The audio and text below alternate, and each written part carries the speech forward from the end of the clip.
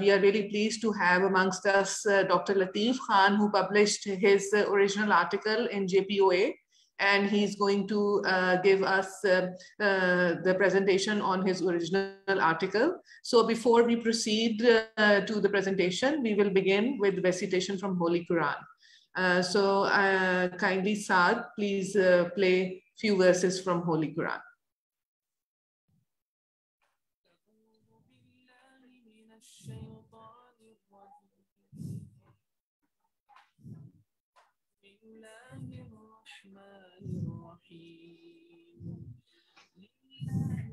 في السماوات وما في الأرض وإن تبدوا ما في أنفسكم أو تخفوه يحاسبكم به الله فيغفر لمن يشاء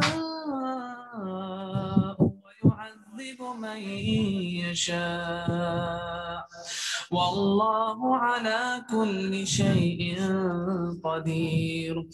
آمن الرسول بما أنزل إليه من ربه والمؤمنون كل آمن بالله وملائكته وكتبه ورسله لا نفرق بين أحد من رسله وقالوا سمعنا وأطعنا غفرانك ربنا وإليك المصير.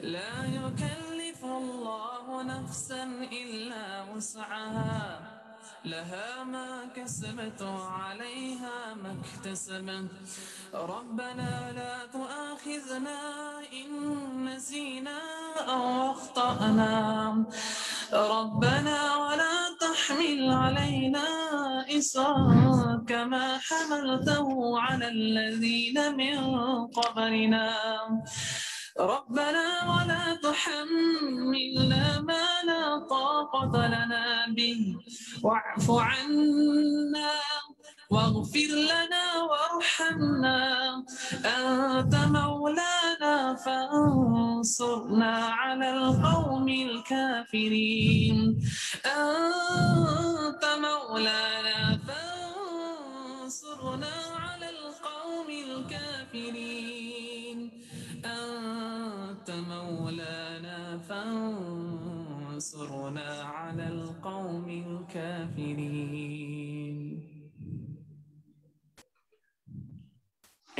Jazakallah. Over to you, Dr. Aisha. Thank you, Saad. Today we are delighted to welcome Dr. Latif Khan. He works as a Senior Registrar of Orthopedics at Gurki Teaching Trust Hospital, Lahore. He has special interest in spine surgery, and he will share his experience, which he has published as an original article in JPOA. We are delighted and honored to have amongst us as expert panelist Professor Muhammad Hanif Saab. He is currently Professor of Orthopedics and Head of Department at Lahore General Hospital, and he runs one of the most robust and spine center in the public sector in Punjab these days. And we will surely gain a lot from his expertise. So I'll request first, we will hear from Dr. Latif, and then Dr. Hanif will give his expert opinion on the original article. So kindly share your screen, Dr. Latif. So in the meanwhile, I would like to inform you that this session will be live on Facebook, on POA Facebook page, as well as anyone who has a question, please type in the chat box or in the QA bar or raise his hand so we can get or entertain his or her query in the last of QA session. Over to you, Dr. Latif. Shukriya. Assalamu alaikum. I am Dr. Latif Khan, working as a Senior Registrar at Gurki Trust Teaching Hospital. I will be presenting my paper on scoliosis. The topic of the title of our paper was comparative analysis of low versus high implant density in decreasing curve angle in linky typal adolescent idiopathic scoliosis. These are the authors. I myself was the first author, Dr. Amar Dogar, Associate Professor Abdullah Shah, Professor Dr. Shehzad, Professor Ijaz Ahmed, and Professor Amir Aziz, our chairman and head of the department. This paper was about the work done at Department of Orthopedic and Spine Surgery, Gurki Trust Teaching Hospital.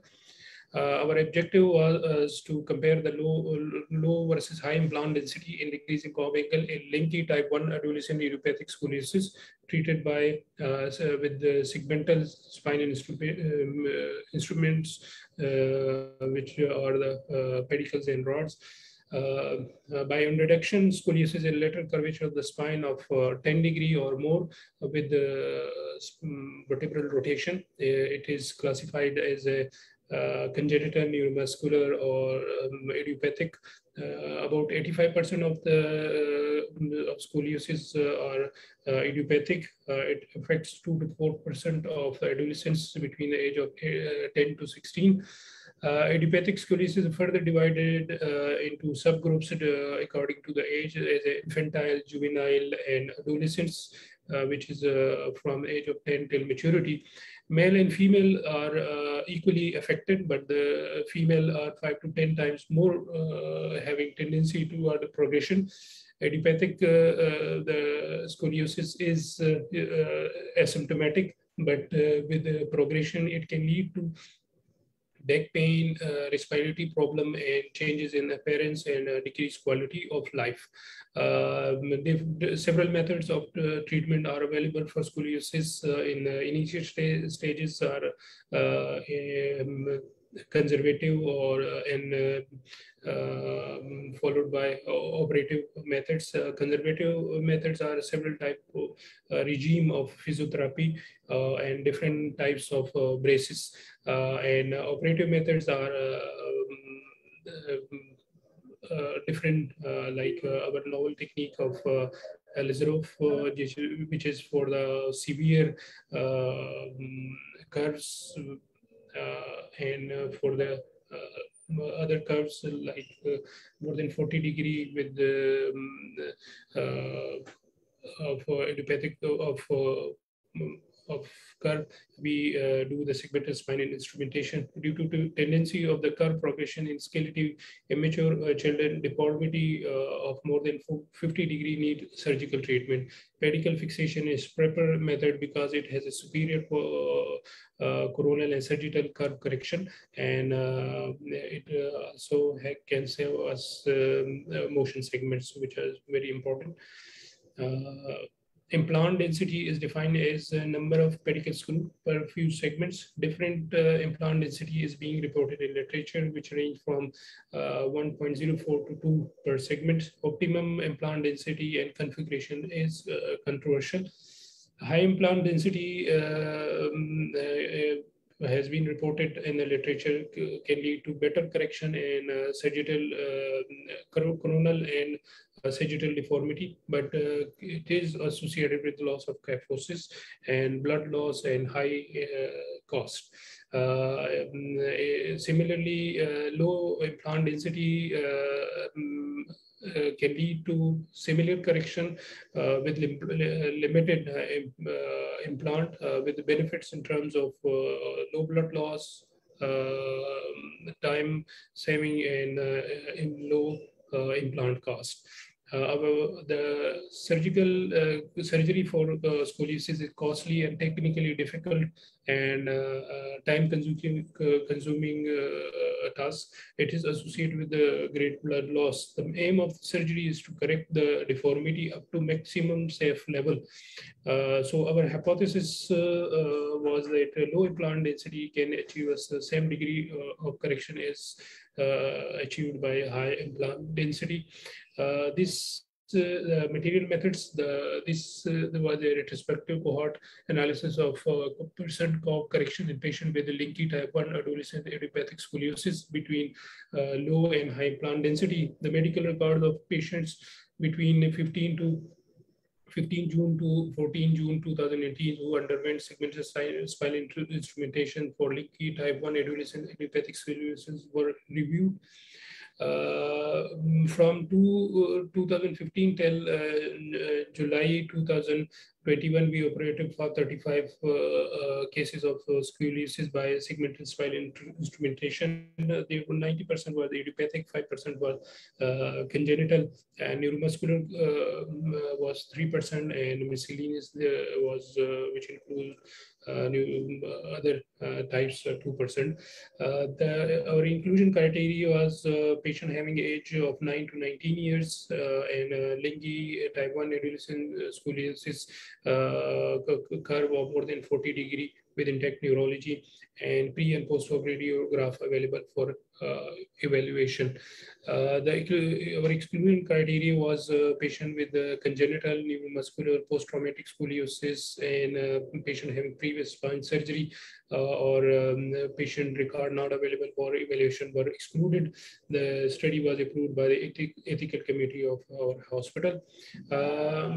Radiological evaluation of these patients include whole spine X-ray, PA X-ray staining, which include craniothoracic junction to lumbosacral junction on PA, and later radiographs for the evaluation of the curves and sagittal balance. Other radiographs we do routinely in idiopathic scoliosis are bending films, right and left bending films, and traction films. In some patients we do the fulcrum radiographs. About the curve angle, which is calculated by drawing a line parallel to the end plot of it is the angle between the lines drawn parallel to the end plate of the proximal and distal end vertebrae. Proximal thoracic, then the PA radiographs are evaluated for the location of the curves as a proximal thoracic curves having apex at the D3, 4, or 5, or main thoracic curve as the apex between the D6 and disc of D11 and 12, and thoracolumbar curve having an apex of D12 and L1. Lumbar curve has a having an apex at L1 and 2 disc and L4. Modifiers, then the later radiographs are evaluated for the thoracic modifier, which is measured by the angle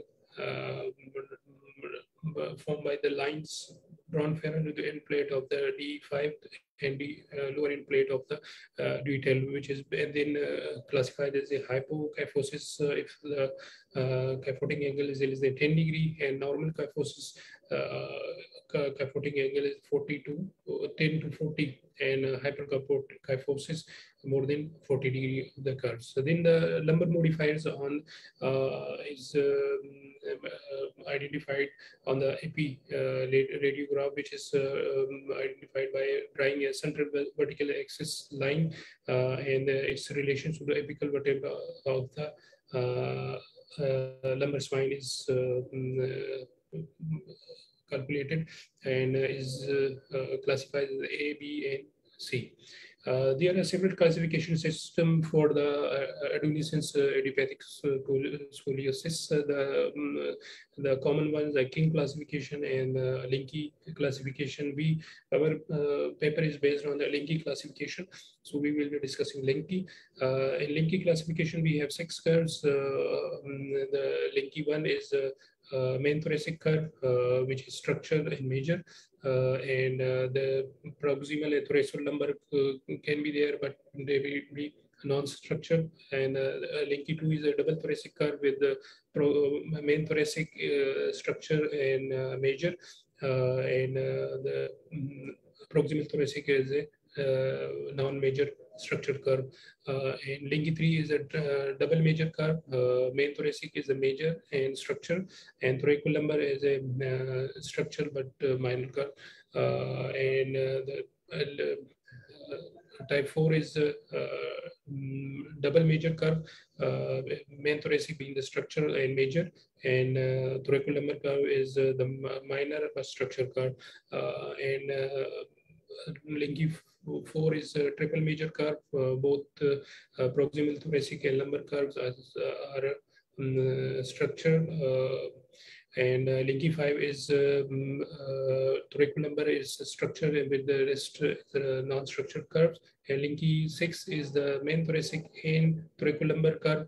Both are structured, but the thoracolumbar is major. The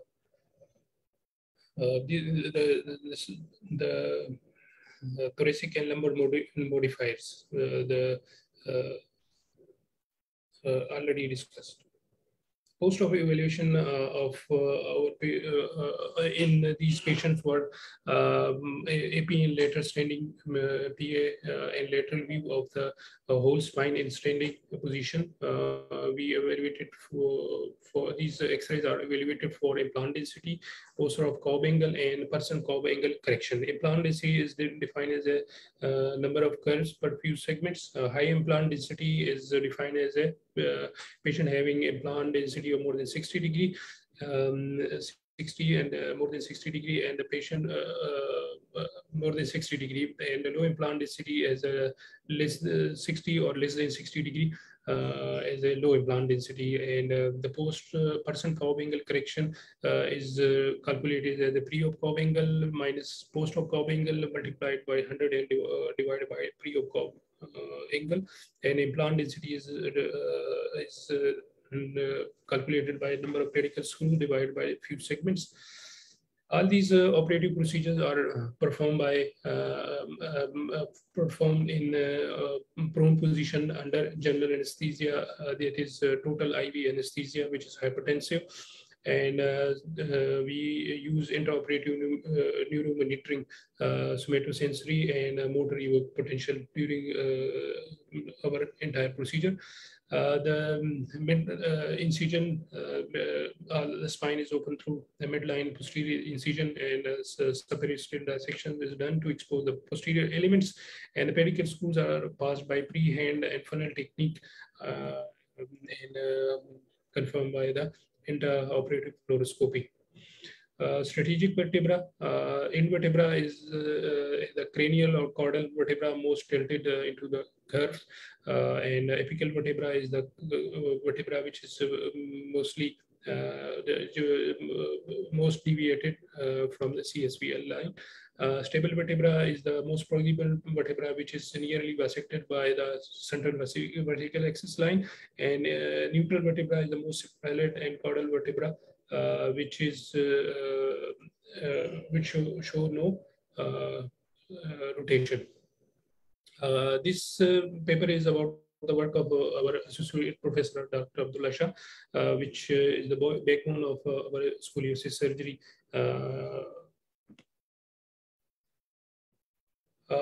These are the pre-operative variables of our paper.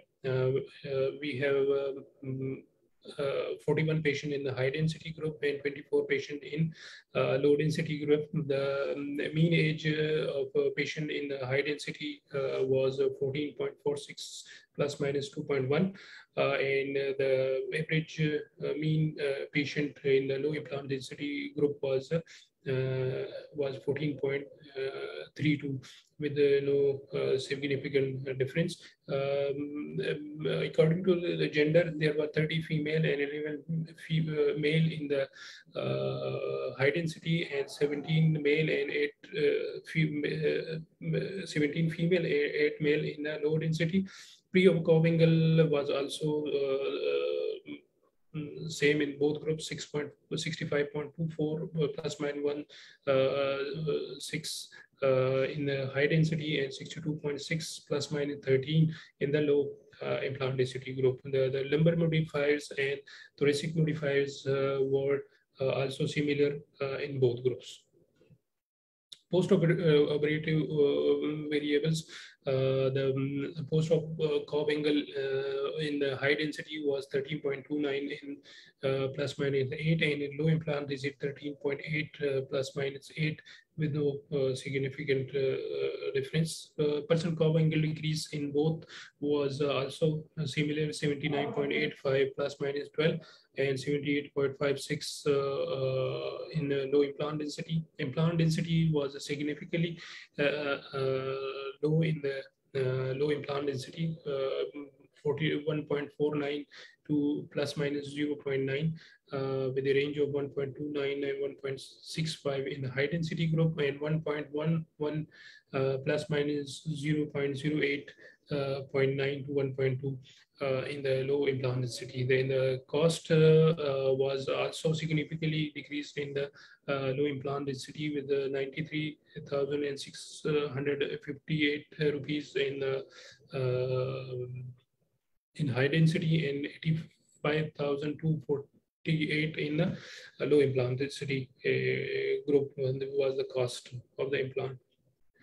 The discussion and interpretation. The main goal of the scoliosis surgery is to correct coronal and sagittal plane deformity and achieve stable fusion. Posterior spinal instrumentation for idiopathic scoliosis is an effective treatment with excellent correction of the coronal and sagittal deformity as compared to other implant like hooks, sublaminar voids. And the main reason being the pedicle screw provide more secure fixation as compared to other device. But screw has its own limitation like cost, prolonged operative time, blood loss, spinal cord and nerve root damage associated with pedicle screw placement, although very minimal, but is a serious complication. We already discussed the main preoperative curve angle in both groups was 65 and 62 in high and low implant density. The other paper from other countries which also have shown their proximal main thoracic curve angle. GN et al. In a series of 40 patients has a curve angle of main thoracic curve of about 51.17 degree with a plus minus 10.7, and Luciano in a series of 63 patients from Brazilian population had a main thoracic curve of 58.5 degree. Shunan had a 40 patient with a Lenki type 1 scoliosis, mean preoperative angle of 49.4 reason. The main reason of our high curve angle in this series was lack of awareness, lack of facility, lack of any screening facility at school level or other initial stages, and the most important being the socio-economic status of the patient, which leads to late presentation of this patient, which leads to more complications and decrease low frequency of correction. In the literature, there is no critical threshold for division into high implant density. Instead, there is a relative screw density as a number of screw per few segments. Similarly, some reports categorize patient according to consecutive versus skip versus interval screws. There are reports that a pedicle screw density up to 50% is sufficient to achieve long-term stable curve. By mechanical comparison of alternative screw technique also show that high implant density fail to provide a significantly high degree of correction. Similarly, for moderate curves between 40 to 7 degree, implant density less than 80% was adequate. In our study group, the implant density 1.11 in the low implant density group, and the curve correction was comparable to the high implant density. In our series, the implant density was 1.1 and 1.4 in the high density group. Both groups were comparable with no significant difference in terms of age, gender, pre-op curve angle, post-op curve angle, and post-op curve angle decrease, except for the implant cost. in implant density. There is a paper published by the clinic in his comparative study of low implant density of 140 patients in the management of 1B and 1C at of main thoracic cover at 2 years follow-up, noted that high implant density had a better correction than lower implant density group, but with the low pedicle screw density, the blood loss, operative time, and screw-related complication was significantly low. Shen and colleagues in their comparative study of low density and high density pedicle screw technique in type 1 adolescent idiopathic scoliosis reported that there was no significant difference in the post-op angle correction in high versus low.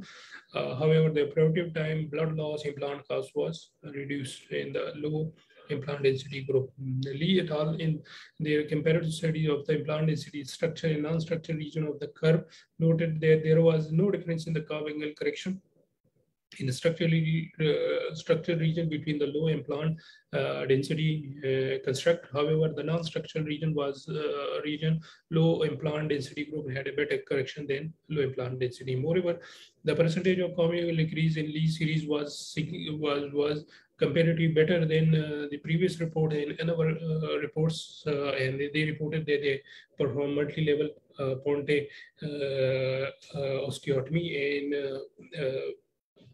and posterior release.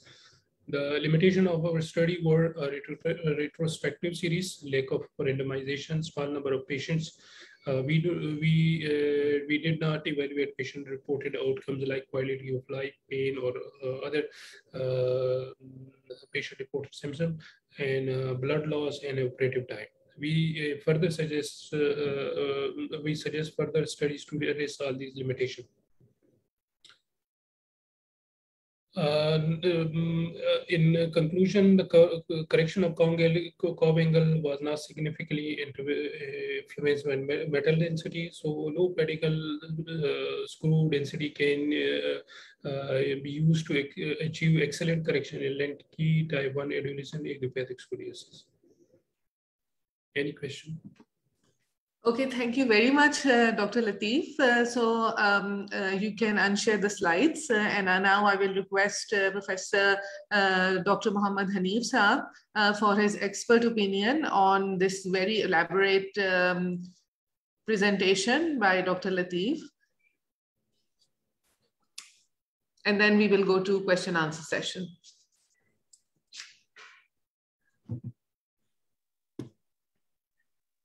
Thank you very much, Aisha. And I would rather congratulate everyone, Dr. Faiz and Aisha both, for holding such a wonderful meeting. And I would rather suggest that we have to use the interval between the meeting, as it's very good sort of interaction. So I would rather say it must be twice a month, fortnightly, so that the people must get connected with it, because we have got a lot of papers. It's not an issue at all. Thank you very much. And I would congratulate Dr. Lateef Khan as well for giving us such a good information in a sort of this article, and this is a very good article. We are also doing a lot of this work in our institution, and including a very high grade curve we are dealing with, doing all sort of osteotomies, including PCR and PSO and asymmetric PSO and SPOs, and correcting more than 120 or 130 degree of the deformities in such a way in our setup. So I would rather say a few words about this article. This is a good article, but I would suggest certain important issues regarding scoliotic management. So the one thing is, it's a very good study of the patients between 9 to 19, but we have to see, the flexibility of the curve. So flexibility up to the 13, the flexibility is more, but after 13, the flexibility is less. So we have to see which sort of curve is rigid and which sort of the curve is more flexible. In more flexible curve, you can go for low implant density, but in less flexible curve, you have to go for high implant density, I mean more than 80% or 90%. So we have to see the flexibility. We have to go for bending views, right bending and the left bending views. Then we have to see the status of how much of the correction we can achieve with the bending views and how much of the flexibility is there. So that must be considered in such papers. And I think in future, we are going for this sort of studies as well. Again, the other thing is we have to see the research side. Certain patients with the low grade curve, but the research is less, then we have to keep in mind that it will progress in future, and she may need or he may need sort of intervention sooner or later. And we have to observe these patients, don't let them go. The other thing is we most of the time we go for CT scan to see the pedicle size, to see any anomaly at that area, especially in congenital scoliosis. So we can determine, we ask the radiologist just measure the size of the pedicle. So we are easy to put the pedicle skew of the same size as we have in the CT scan. So this becomes easy for us. The other thing is, we can see the pedicle, either the pedicle size is hypoplastic, it's normal size, whatsoever the problem and the issue is, we can address that. The other thing is that's very important, the concentration of the skews around the apex and the ends. So at the ends and the apex, we can't compromise at all, because the rotation you derotate the scoliosis at the level of the apex is very important.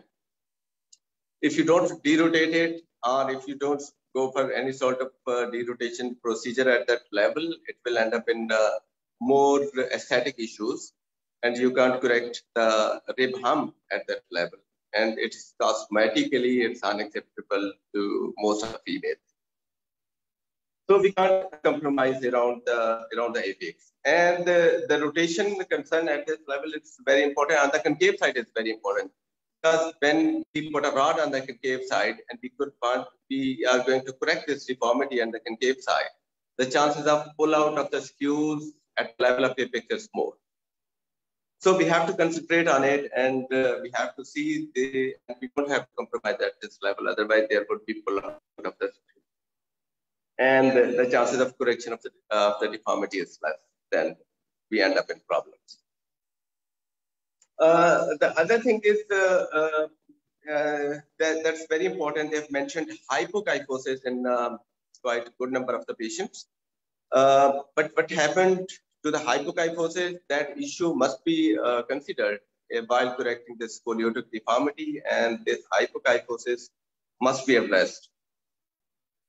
So what was the status post-operatively, and how they correct this hypokyphosis in certain cases, are most of the time when we are going to correct the deformity, the hypokyphosis increases with that.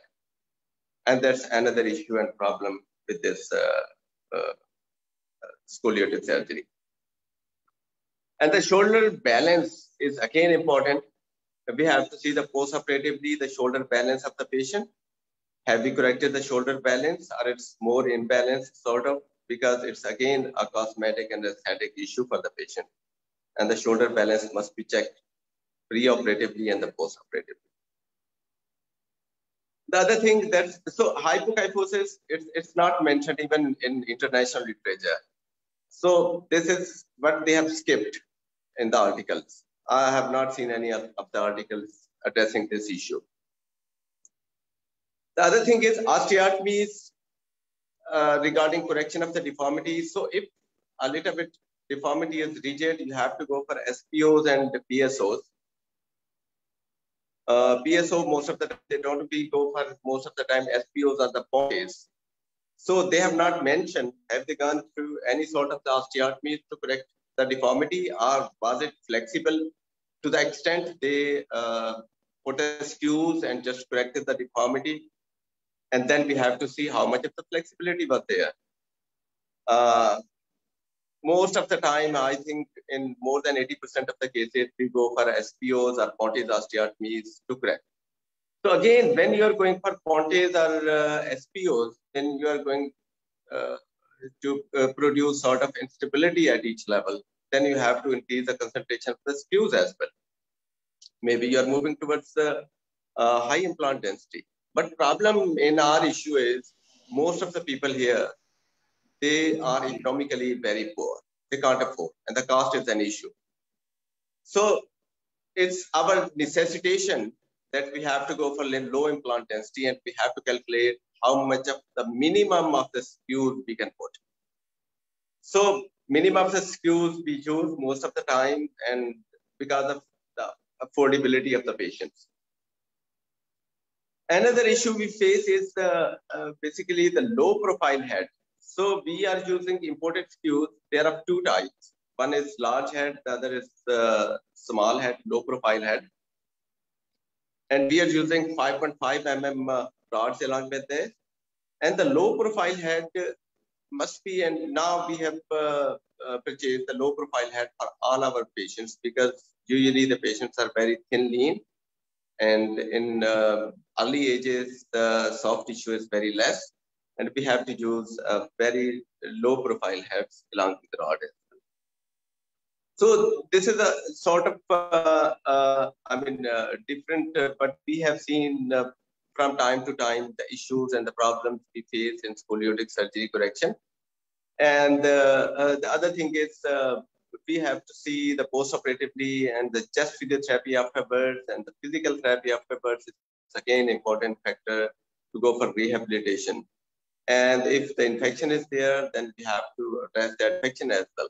So important here is we have after this fixation, we have to add somehow or other either bone substitute or the bone graft and either the allograft, so that we achieve bony union at that rapid. Otherwise, the implant will failure. Thank you very much. Thank you, sir, for your opinion.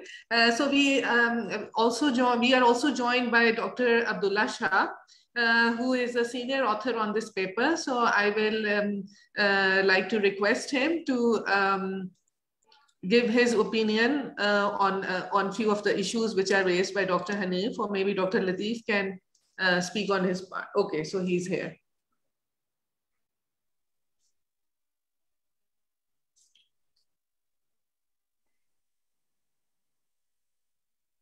आपकी आवाज नहीं आ रही, probably जो आप unmute तो हैं, लेकिन आपके हेडफोन्स की वजह से शायद हम आपको सुन नहीं पा रहे। अस्सलाम वालेकुम। हाँ जी,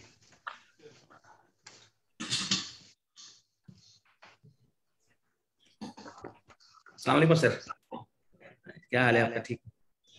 अच्छा, few comments regarding this paper. As you mentioned that the flexibility has not been addressed in this. So it was a retrospective study, and whole the record were not available.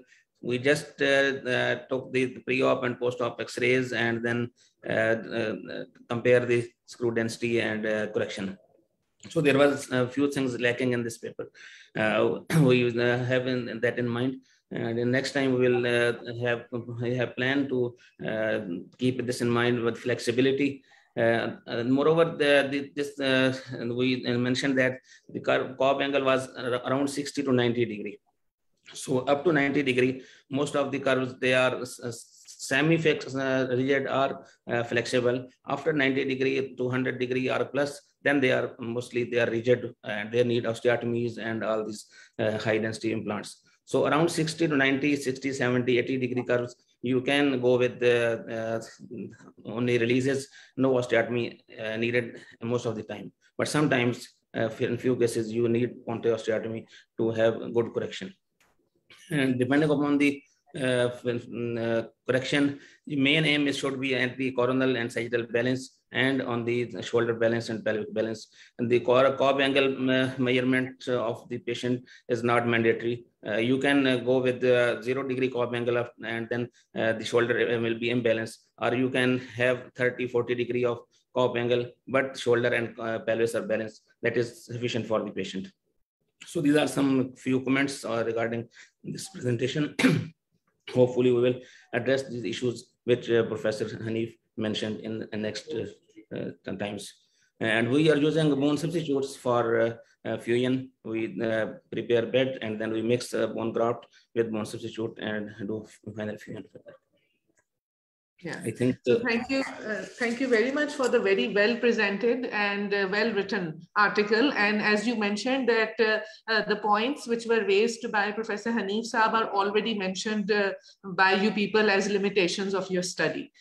So I had a question, being a pediatric orthopedic surgeon, what in your opinion is an ideal age to fix adolescent idiopathic scoliosis, since it can be seen as infantile form, like we see a lot of children coming to us.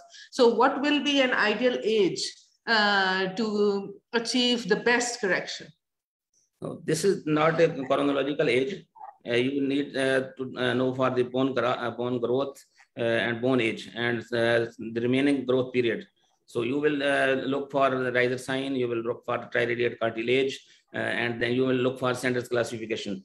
And Sanders type 4 and 5, you will then you will fuse. Sanders need to look for the hand X-rays and ossification of the phalangeal epiphysis and metaphysis.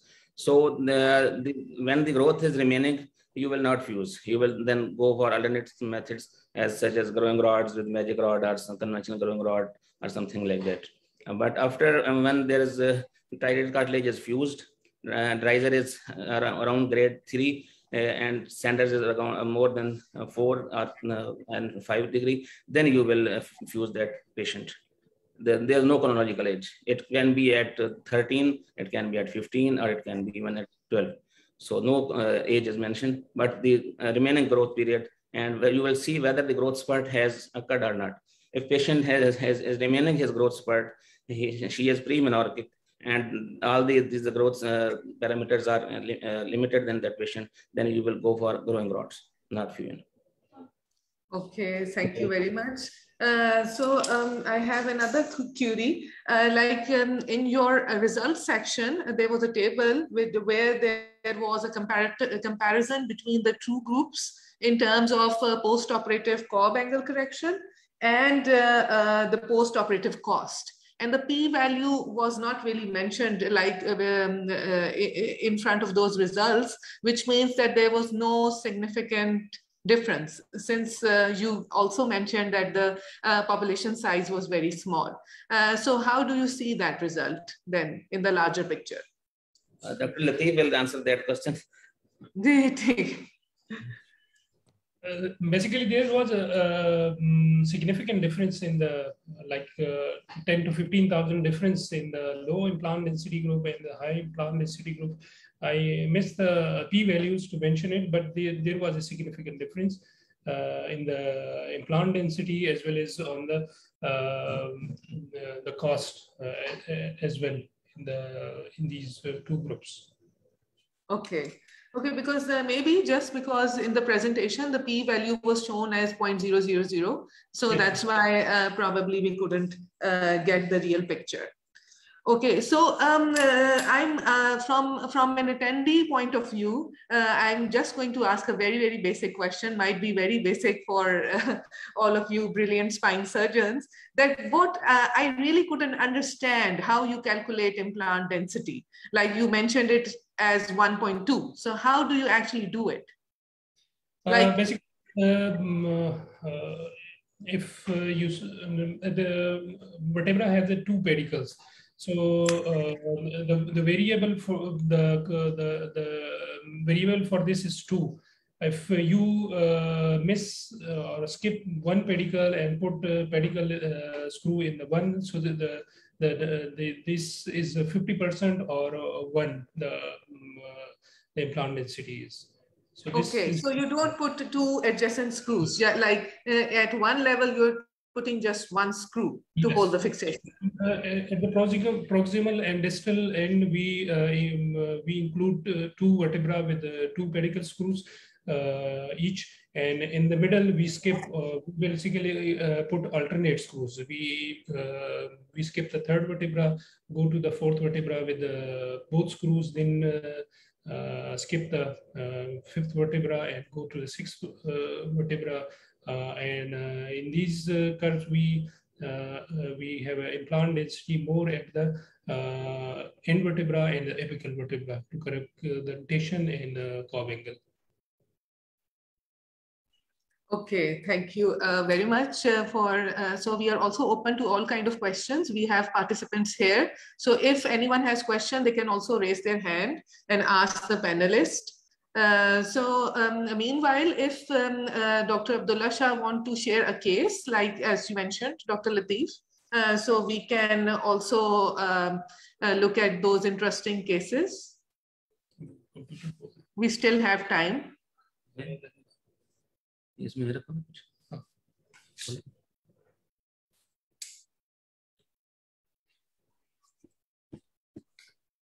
Okay, so I also had one query regarding your paper. What was your minimum or the highest follow-up in terms of like after fixation?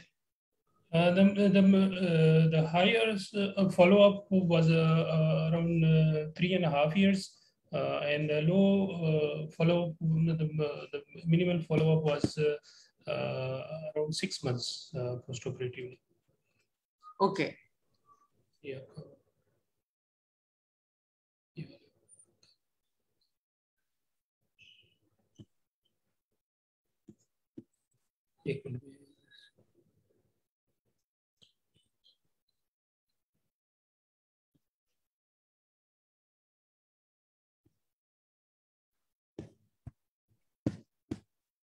So meanwhile they're uploading the presentation, I will ask a question from Hanif Saab.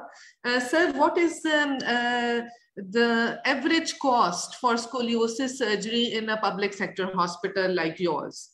How much a patient is expected to pay, the minimum? Thank you very much. Aisha, I think the cost is same. Cost skew is same either you're going in public sector or you're going in private sector. Around 70,000-80,000 to 1 lakh. For an listen to me? Ji, we are. So it's almost 70,000 to 1 lakh to 125,000 almost. Exactly. So it's around between this. So what is an average flow for scoliosis surgeries in your center, in Lahore General Hospital? Average? Yes, sir. But average? Sir, average flow of patients.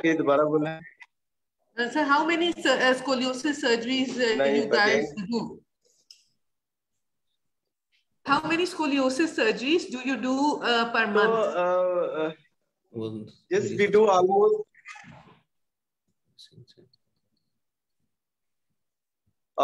It's almost including kyphotic and the kyphoscoliotic surgeries. We do almost 5 to 7 cases per month. Okay, so I think Dr. Abdullah Shah is ready with the case. So he had a very interesting case to show us. Ji, sir. So this is the patient we operated about 2 years back. She came with paraplegia for last 1 month, and she was bedbound for last 6 months with gradual loss of neurology. He is a 20-year female. She had history of some kind of laminectomy at the age of 5 to 7 years. After that, she had gradual worsening of the neurology and worsening of the deformity. So she came with paraplegia. Slide वापस revert back और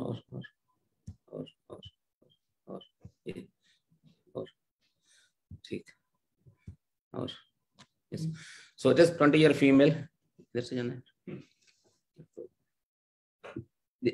was her X-ray. You see that the whole spine is buckled up in the form of a U-shaped spine in the coronal as in the sagittal images. This is this CT scan. These are the MRI pictures. You can see that double shadow in the single plane of MRI. She has severe restriction of pulmonary function with FEV1 only 21%. So less than 21%, less than 20% is contraindication for this surgery, especially in opening the chest at that level of the FEV1. So management things to consider were power was 0/5, severe pulmonary restriction, severe curve. The options were single stage or two stage surgeries, and there were knuckle resection and cage. First option, second option VCR. But all these options are very difficult to operate in this patient with FEV1 only 20%. Third option was perioperative halofemoral traction, halogravity, halopelvic, and posterior or anterior combined surgery. So we opted for initially skull tongs and femoral traction applied. Neurology improved, but patient did not tolerate that procedure. After that, we applied halopelvic traction with gradual restriction around 3 mm a day, kept for 6 weeks. Neurology improved from 1 to 3, but patient tolerance stopped at that time, and she insisted to go for any kind of intervention. She asked that she doesn't need to correct the cosmesis, but she needs to walk. So we planned the fixation. FEV1 meanwhile improved from 21 to 47% with this halopelvic device. This was halopelvic in situ. These are the X-rays. So definitive surgery planned. We fix it posteriorly because the patient has disease card, have neurology loss, and 2 to 3 times. So we decided to go for minimum intervention. We can do for VCR here, but VCR is very much dangerous and technical, and with this kind of deformity and this kind of disease card, it will be catastrophic. So we planned for only posterior fixation. So we do intraoperative traction and then fix with screws and rods. This is the pre-op and post-op comparison. This is the post-op picture, immediate post-op. She drags her feet. And this is the video after 1 year. She came in OPD with walking, and she can sit and squat and can lie down.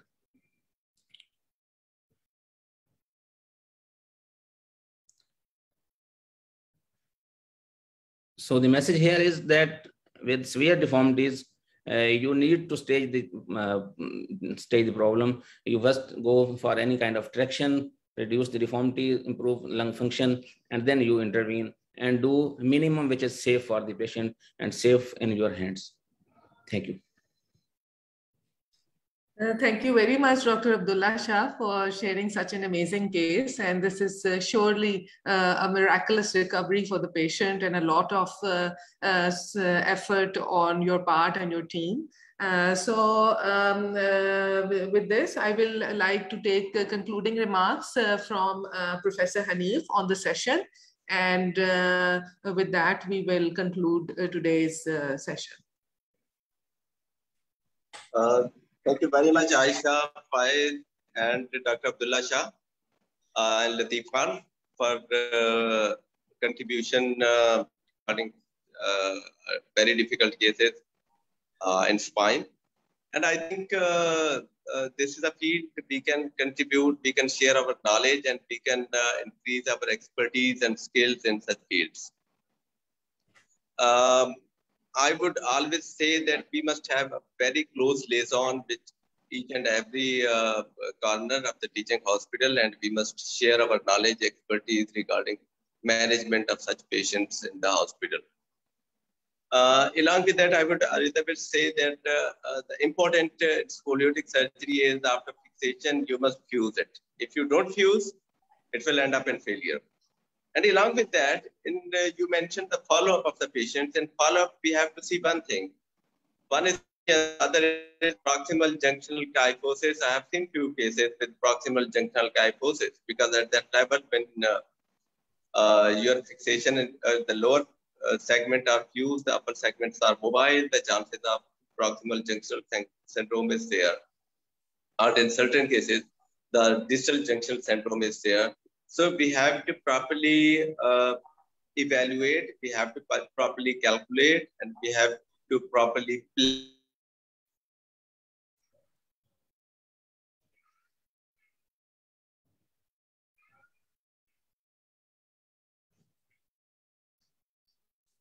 Okay, so I think there is some internet issue. Thank you very much, Dr. Lateef, Dr. Abdullah Shah, Hanisa, and Dr. Faiz, and of course, Saad, for organizing this wonderful meeting. And inshallah, we will meet next month with another author and his contribution to JPOA. Thank you all. Before we are, Dr. Aisha, concluding this session, can we have a group photo? I'm allowing all the participants to please open their camera. My was lost. Yes, sir, please continue. Said, that's very important. He said, do spine surgery, do everything. And it's very good you have started spine surgery. But one thing you have to keep it in mind, that is do no harm to the patient. So this must be our priority while treating such patients, do no harm, and we must be minimally invasive and minimally invasive with the patients. And we have to do minimum so that if we are going to the maximum from the start, then we have played all our game. We have nothing left to play further. And that may end up in disaster to the patients and their management. Thank you very much. Okay, thank you very much, sir. We are just holding on for a group photograph. So all of us have to open our windows, our videos. Okay, so are we done, Saad? Not yet. Some of them are left still. I so request we can all. Take, or maybe we can just take one for the expert panel. Yeah, sure. Actually, I did that. Okay, that's good. I just want to have a group photo of the participants. I request all of the participants to please open up their window so I may click.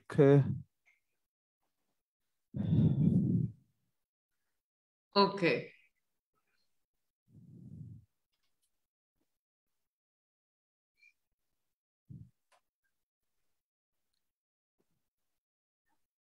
Okay, thank you. Wait a second.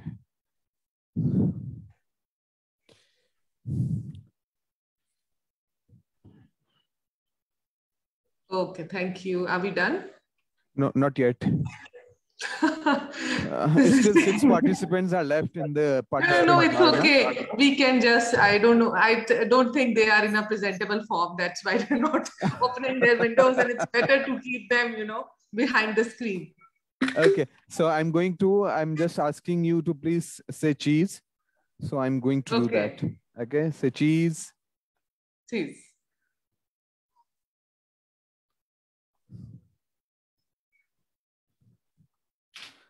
Thank you so much for having you. with us. One of our editorial board member is with us, Dr. Yasir Khan. So it's nice to have him on board. Okay, so with this, we finish our session, and inshallah see you next month with another paper. And you will also, all of you who attended the session will see me for this activity. Thank you and goodbye. Thank you so much. Allah Hafiz. Allah Hafiz. Hafiz.